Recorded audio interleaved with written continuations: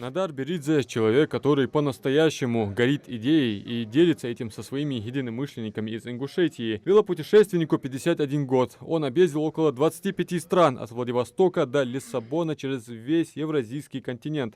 С 2014 года это 65 тысяч километров. И сейчас он задумал воплотить в жизнь грандиозный проект «Кавказский марафон», благодаря которому о наших краях узнает весь мир. Сейчас начинаем осуществлять этот проект. Зарождался еще в 2018 году, когда я проезжал Северный Кавказ.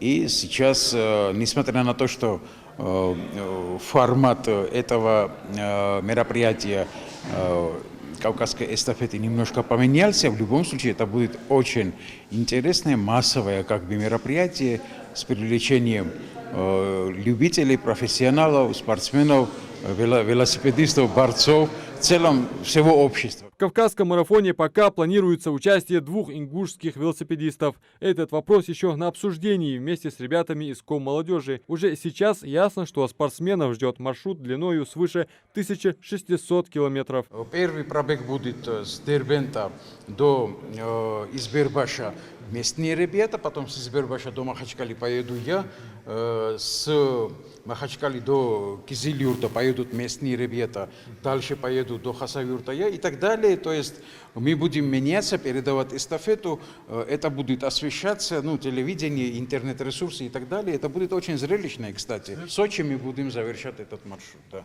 Это сейчас как пробный вариант, но в следующем году будет старт и финиш Дербенты. То есть поедем до Дербента, и с Дербента до Анапы, там уже мы маршрут откорректируем, чтобы это было соревнование. Аналог Тур де Франс, только на Кавказе. Да. Спортсменов отберут методом лотереи. В путь отправятся только опытные. Здесь не будет победивших и проигравших велосипедистов. Ожидает масса приятных эмоций и впечатлений от поездки, новые знакомства и, конечно же, польза для здоровья. Я думаю, что желающих будут много, потому что, я вижу эту отдачу да. Начнем я думаю, что в июне старт будет.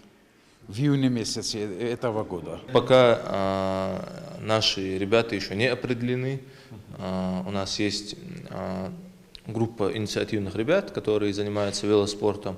Из их числа будут выбраны ребята, которые будут готовы к тому, чтобы проехать, получается, несколько тысяч километров на велосипеде.